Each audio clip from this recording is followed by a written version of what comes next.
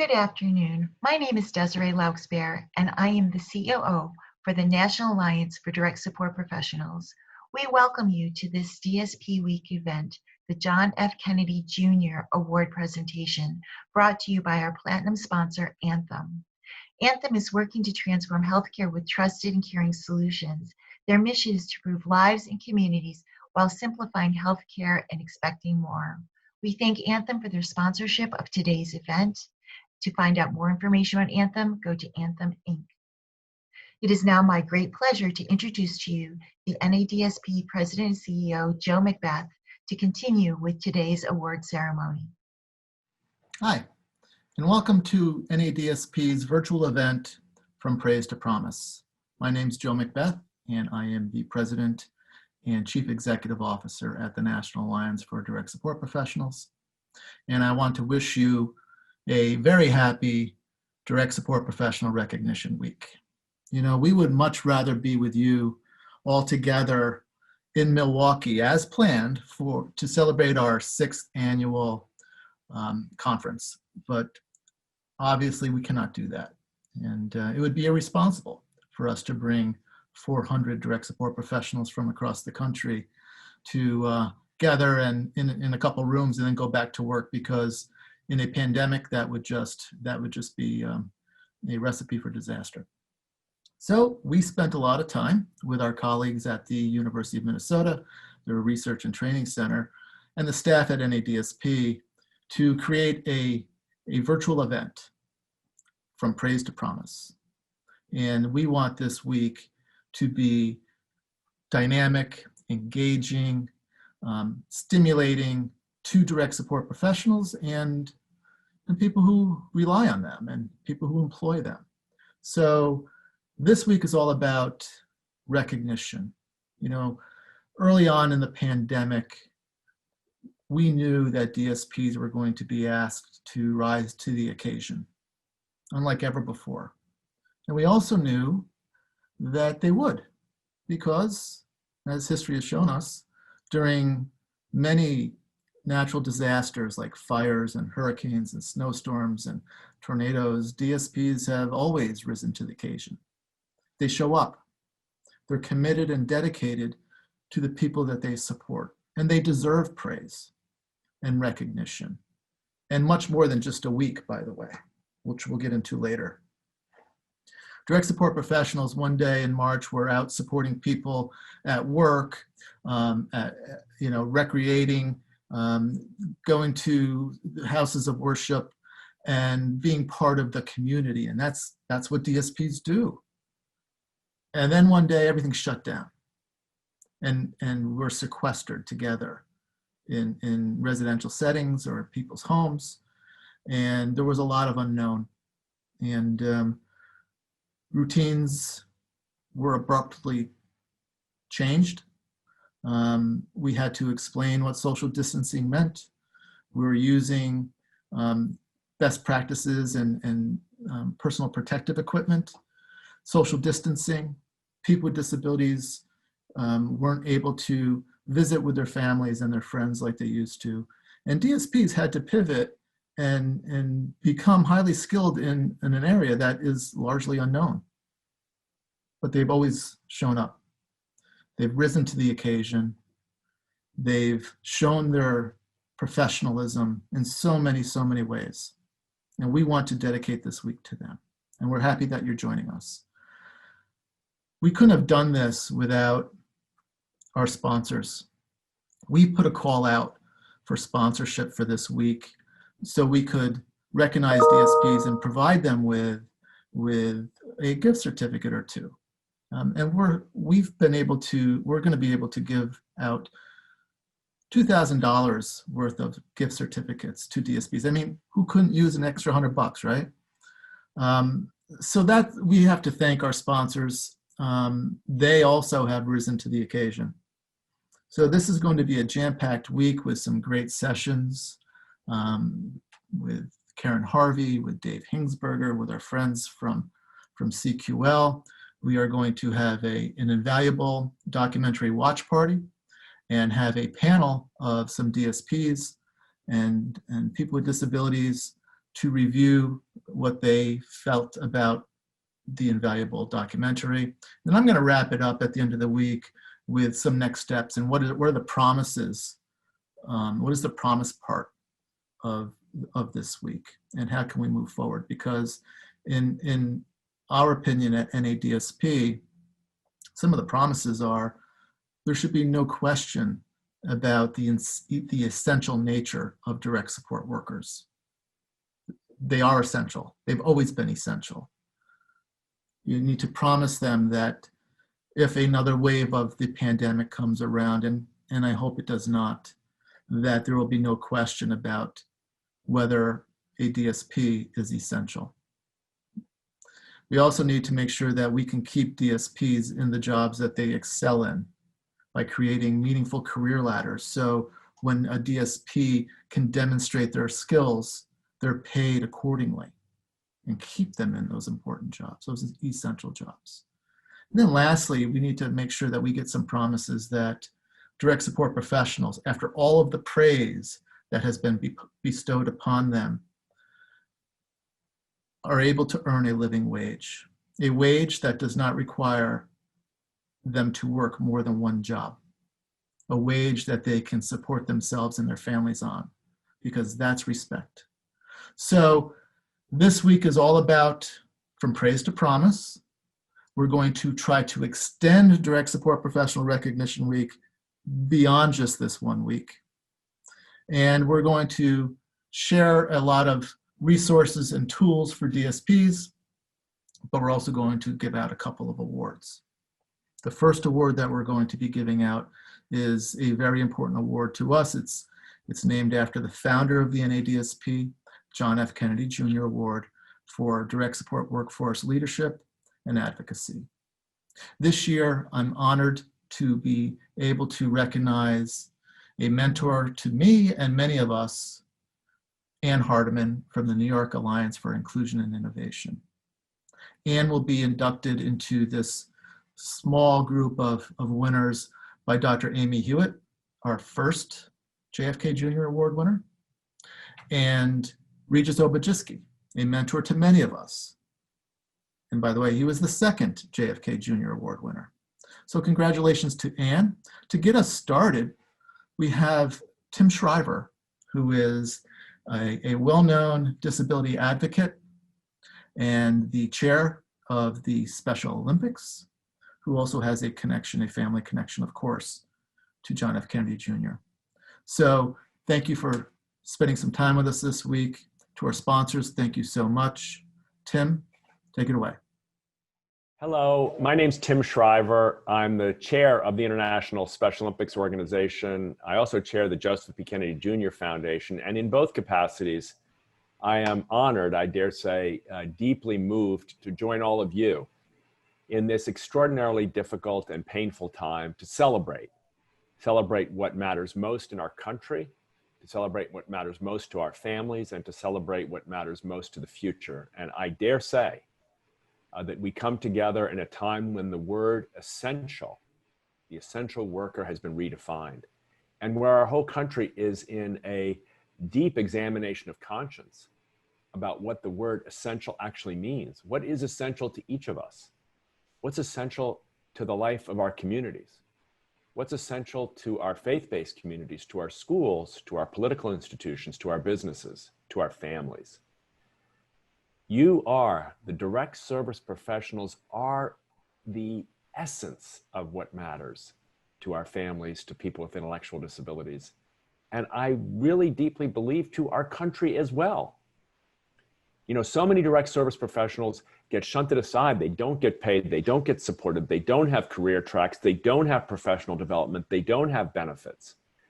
And yet, it seems like we now know that all of that is a misallocation of what matters most. We reward those things that don't matter, and we often miss the places where our hearts and souls and futures depend, that which matters most. So to each of you in the direct service field, and to all of you who advocate for direct service professionals, on behalf of my family, on behalf of the Special Olympics community, so many of you are our coaches and our volunteers and our transportation and our lifeblood, our trainers at home.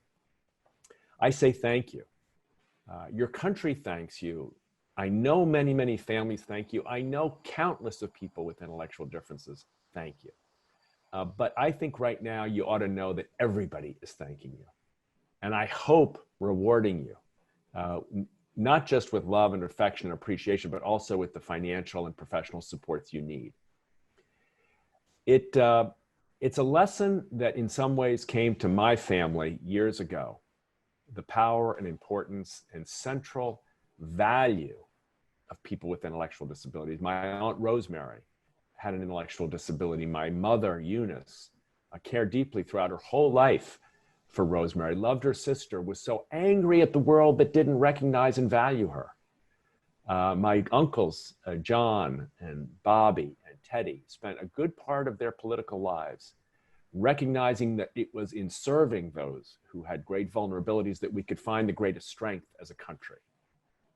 And while those careers rose as political careers, deep within each one of them, I dare say, was the voice of Rosemary reminding them over and over again, I am not the victim, I think she was saying. I am not the cause, I think she was saying. I am the strength.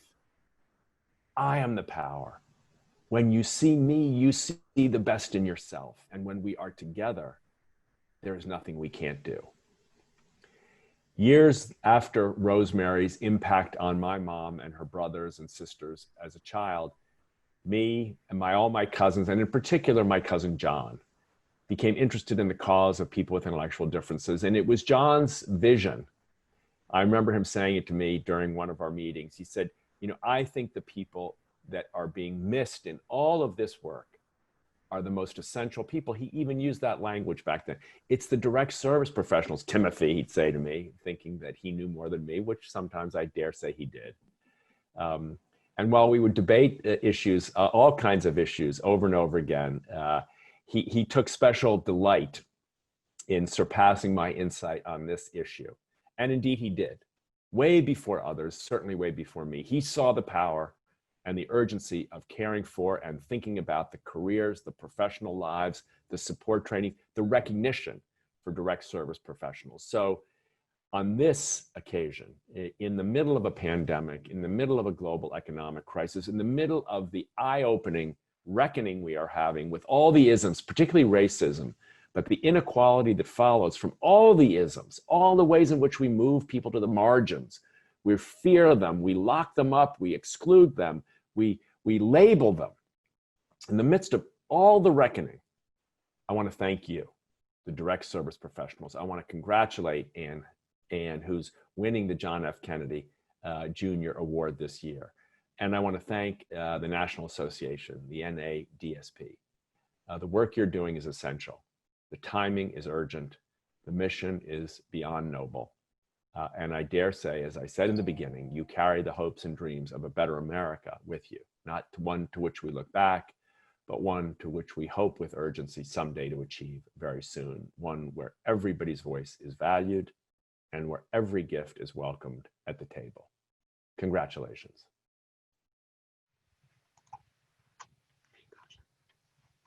John F. Kennedy Jr. Award is very special to us.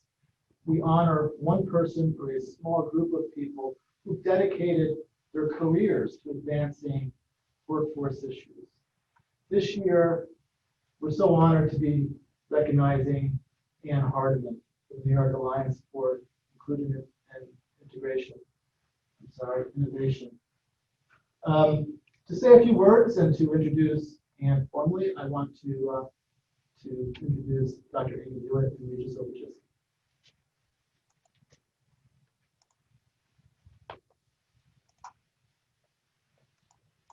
And congratulations on this tremendous honor of receiving the JFK Jr. Award from NADSP. Your commitment and demonstration to leadership regarding the issues we face in the direct support workforce are truly unwavering. You're such a trusted colleague in arms, one who gets it. You understand the complexity of the issues. You are truthful about how we got here, and you're unwavering in your support to finding solutions. For over 25 years, you've been a go-to person for me when it comes to remaining on the pulse of the direct support workforce challenges. You have shared the sentiment of provider CEOs and training directors, the challenges they face, and a clear and truthful lens on the opportunities for change towards excellence in direct support. There are so many reasons for people in leadership roles these days to become worn out, apathetic, and burned out on trying to fix the workforce problems that are truly a result of systemic failure and have plagued this industry since the onset of community services. We've been in this together that long. The fiscal notes for solutions are huge and budget shortfalls are plentiful. The problems seem to feel worse, even though the turnover and vacancy numbers have remained pretty steady. Priorities always fall to saving Medicaid, which, as you know, is a lifeline for services and supports. So many times you have come right to the edge of getting something huge passed in the New York Assembly to address these issues. Real change with real money to support it, and then a crisis happens. You know, things like 9/11, the Great Recession, a $15 minimum wage bill that omitted the DSP workforce, or COVID-19. All ended up derailing the efforts that you had accomplished.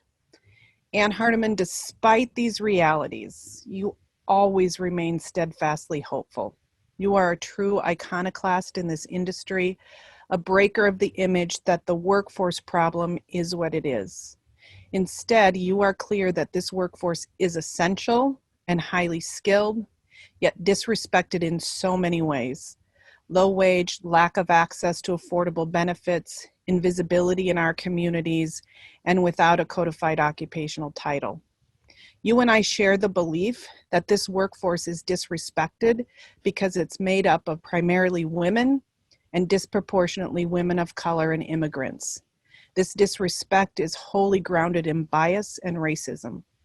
It's a long overdue social justice issue to resolve in this nation now. Despite these realities, you have continued to work to build and try new and innovative things. You challenge the pushback in your ever steady, quiet, relationship-focused advocacy for change within the mindset of employers, of direct support professionals, elected officials, and policymakers. You are always welcoming of new information, new promising practices and evidence. You know how to use data to support your work. You actually ask for it and help to generate it. Without question, your leadership has put New York on the map as one of the few states in this nation that's actually trying to do what is needed and what is right by and for this workforce. Your steady voice, rational approaches, and willingness to accept incremental change is what's brought forward much of the work happening in New York and across the nation. When your members get frustrated, you get more determined. I am forever grateful to you for far too many things to express today through Zoom. Certainly, I'm thankful for the trust and appreciation you've always demonstrated for our research and outreach work at the University of Minnesota. But more importantly, for your willingness to help, to try new things, to never give up on what is right and just for this workforce, and for your kind and honest approach to our work together. I can't thank you enough for finding NADSP a new home when they were not so gently shoved from the nest at the University of Minnesota. Your wisdom and faith have always been a part of NADSP's soul, and the nation should be thankful to you for that. You brought these workforce issues to the forefront of every national and state committee, task force, or council that you've ever served on. You never let up. Wherever you were, whomever the audience was, you reminded people that we cannot have quality and community supports without a stable, skilled workforce that is sufficient in size and scope. In the decades I've known you, I've observed your close and committed relationships with so many people with intellectual and developmental disabilities and the staff that provide them support. These relationships and your commitment to them are the soul of your work and your leadership. Ann Hardiman, you deserve this prestigious award. You are a phenomenal human being and a treasured colleague and dear friend. Congratulations. And Regis, now to you. Okay. Ann, I'm also privileged to be your friend and your admirer. You are a giant in the leadership for DSP development. Chester Finn, who is a strident self-advocate for services for people with disabilities, and for himself, says that what really separates you, Ann, from so many people is that you really listen. You listen, and you listen to us, people with developmental disabilities, and you say, please advocate for yourselves, but do it in equal measure for the DSPs, the direct support professionals, without whom you don't have much of a life. And we've never forgot that. Another colleague said, it could have been Evelyn Alvarez or Robert Budd, who said, Ann always gets her telephone calls returned, not because she expects it, because she doesn't. And she demands respect by who she is, and she has this character that is this unique blend of humility and competence. I know when I first met you, Ann, not when I first met you, yes, when I first met you, perhaps in the 1980s, and I was asking you if you would take on a leadership position within the New York State Association of Community and Residential Agencies, and you said, "What? Who, me?" and you had that quality. Who, me? You said that one of your favorite photos of you was taken holding up this banner, a picture of Franklin Roosevelt, who said that it's important for everybody to have a wage, but even more important to have a living wage. And this was at a rally. And this is you, and you said that's your favorite picture. My favorite picture of you is a picture of you, perhaps walking on a beach, looking into the camera, squinting as if to say, "Who, me? Are you looking at me? Is the sun shining on me?" And yes, it is. The sun is shining, and on you today, and it has shined on you all of your life. And sometimes you don't see it, and you don't see it because of your humility, but your greatness, whether it's at the President's Commission on Intellectual Disabilities, which you served so ably, serving so ably at the New York Alliance for Innovation and Inclusion in New York State for so many years. Your leadership never leaves out DSPs, and for that, your advocacy and for your leadership, you are most deserving. And so, Ann, congratulations. We love you.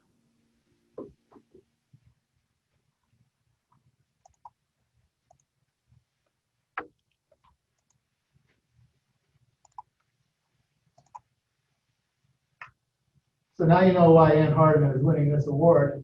And to give Ann the award, but to also say a few more words, because Ann and my colleague and friend Chester Finn has known each other for decades. So on behalf of the NADSP Board of Directors, I present Chester Finn.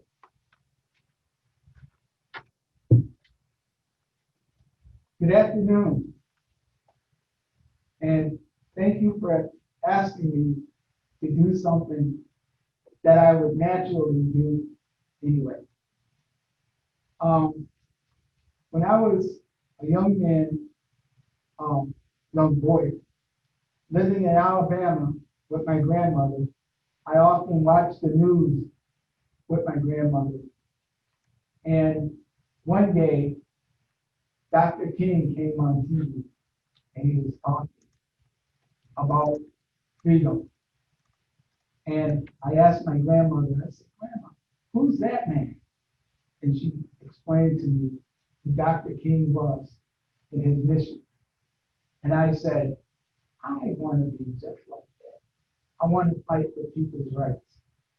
And throughout my life, I've had many people that I've looked up to. And one person that has helped me in my goals and my dreams, talking about the lives of individuals with disabilities, is Ann. when things get difficult and I'm trying to figure them out and I'm scratching my head and I'm, thinking, what should I do? This is important, but I'm, sometimes upset about something and I'm like, I know what I'll do. I'll call Ann. And I'll call Ann and we'll talk about it. Not only does she listen to what I have to say about it in my part, but she also will relate a story that she knows, or she'll also get me to look at the other side and say, I'm not telling you what to do, but I'm just giving you advice. And to me, Ann is not just a professional. Ann is a friend, and also for me, Ann walks the walk and talks the talk. I gave a speech one time to hundreds of self-advocates, and I challenged them to do this. But now I truly can tell them and talk to my friends that I know a person that this is true. And this is true about Ann. She always has an approach to tell people both sides of it. Sometimes, yes, she will think, oh, I'm also have had enough of this. But I think she takes her own advice and sits back and analyzes what she wants to say and look at both sides. And that's been helpful. And I like to say, Ann, this award, you deserve it. You put your heart and your dreams into making it possible. And you not only tell people, but you lead by example. Congratulations.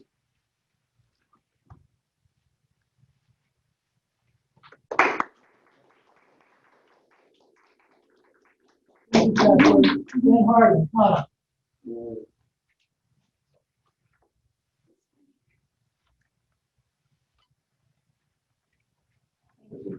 Thank you.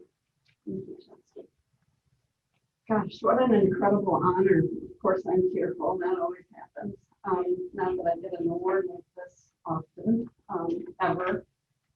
Thank you. I think I'll treasure it so much because it comes from people I have the highest respect for. Amy and Regis, Chester and Joe, John, Desiree, Nicole, and NADSP, and what NADSP stands for. The words from Tim Shriver, a close connection to the Kennedy family and John Kennedy Jr. What a thrill for me. Thank you, Tim. Growing up as a young girl, I lived through the killings of John F. Kennedy and Bobby Kennedy, who was running for president, and Martin Luther King. And we know how important he is and was to civil rights. My family, to put it simply, especially my dad, rooted for the underdog, and I do too. Even now, do not pass out, Chester. I go to Yankee games as a New Yorker, but secretly I root for the other team. Usually the underdog. This little bit about my background and my values of righting injustice is at the core of me and why I want to improve the lives of DSPs and establish their profession. The work's hard, skilled work and human work, and it's so important. They go above and beyond so many times and yet are paid so little. This must change. All of this ties together my current readings from Congressman John Lewis, Across That Bridge, A Vision for Change and the Future of America. He resonates with me. It all ties together in my life working with people with developmental and intellectual disabilities. Another shining example of underdogs. I believe that until people with disabilities reach a place of acceptance and respect, I'm afraid DSPs will be challenged too. What is it about us that we must think someone is less for us to be more? How weird is that when you think about it? John F. Kennedy Jr. embraced DSPs and their work in their lives, and that made him the most heroic of Kennedys for me. I believe one of the best ways to accomplish respect and recognition for DSPs is to partner with the people they support in obtaining respect and recognition together. It's a winning combination. I admit I've been a little frustrated with the progress toward DSP goals in the last few years, but there has been progress. The existence and growing success of NADSP is clear. I am always tuned into and support NADSP's progress every step of the way. Another clear accomplishment is the regional centers for workforce transformation, funded and supported by OPWDB and run by us at the New York Alliance. The RCWT is led by a fantastic young workforce champion, Kirsten Sanchirico. Kirsten's running an organization that operates regionally in New York and employs many workforce leads, including self-advocates. Their work is about embedding the NADSP Code of Ethics and DSP core competencies into the supports and into New York supports, and building recognition for DSPs and frontline supervisors. Much of that work is a partnership and a winning partnership, and what could be a better example of significant progress. There's also heroic provider agencies moving ahead to credential or provide certificates for DSPs and fund salary increases without government support. They're showing great results. DSPs stay longer, they're more accomplished. All these are great accomplishments, and yet there's so much more to do. People like Kirsten and Ashley Blaze and Nicole Dama and so many others I know, and many I do not know, will need to carry on this work. And they will. Thank you so much for this award. The best part is being in the company of so many people I've learned so much from. And now a quote from Gandhi, who we all learn from. It is the action, not the fruit of the action, that's important. You have to do the right thing. It may not be in your power, it may not be in your time that there will be any fruit, but that does not mean you stop doing the right thing. You may never know the results that come from your actions, but if you do nothing, there will be no result. Thanks for this total honor.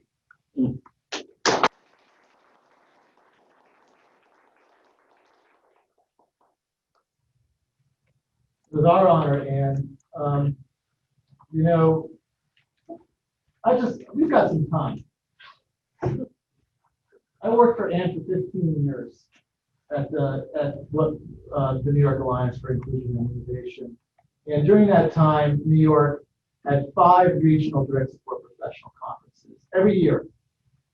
For my 15 years, she probably had almost 1,000 DSPs each year coming to these DSP conferences to spend a day, to learn, to network, to hear inspirational stories, but to be engaged like professionals. And Ann's commitment every year, 5 DSP conferences, great speakers, great food, a great time, and that's Ann Hardiman. Her commitment to direct support professionals is profound. Beyond that, she also was the driving force behind the realistic job preview video that we did, the creation of all types of printed materials about direct support workforce that we shared with the Departments of Labor, one-stop career centers across New York State, and so much more. And I can tell you that when she hired me, it wasn't for workforce. I was a housing guy. And I learned everything about direct support professionals from Ann Hardiman. So thank you.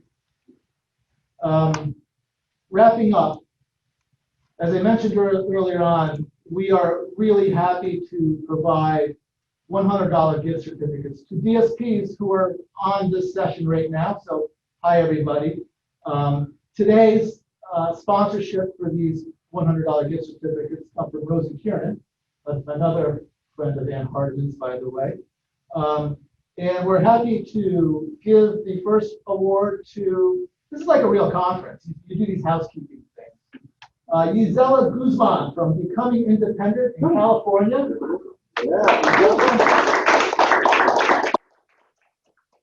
And Nikuwan Booker from Spectrum Support in Maryland. Nikuwan. And somehow Nicole will give you all of this stuff. I don't know how it all works, but Nicole does. Join us tomorrow. Tomorrow we're having 2 sessions. One with Dr. Karen Harvey, specifically for direct support professionals, called Coping with COVID. And if you don't know who Dr. Harvey is, she's a really inspirational speaker and author and talks a lot about trauma and trauma-informed care. And I do believe that DSPs have been suffering the trauma throughout the pandemic, and I think she's going to speak to that tomorrow. And then after that, research from CQL, the Council on Quality and Leadership, with how ongoing professional development for direct support professionals improves services and leads to better outcomes for people with disabilities. So 2 sessions tomorrow. More information on nadsp.org. Thanks for bearing with us. This is new to us. This is not a national political conference where they have all kinds of producers. This is a growing pain. By Friday, we're going to have it down. And next year, we're hoping that we'll be able to do something blended and in person, because we really miss being with you in person and engaging with DSPs and helping DSPs to engage with each other. It's really important to us. So on behalf of NADSP, again, congratulations to the great Ann Hardiman. So richly deserved for this award. Thanks for being with us today. We'll see you tomorrow. All right.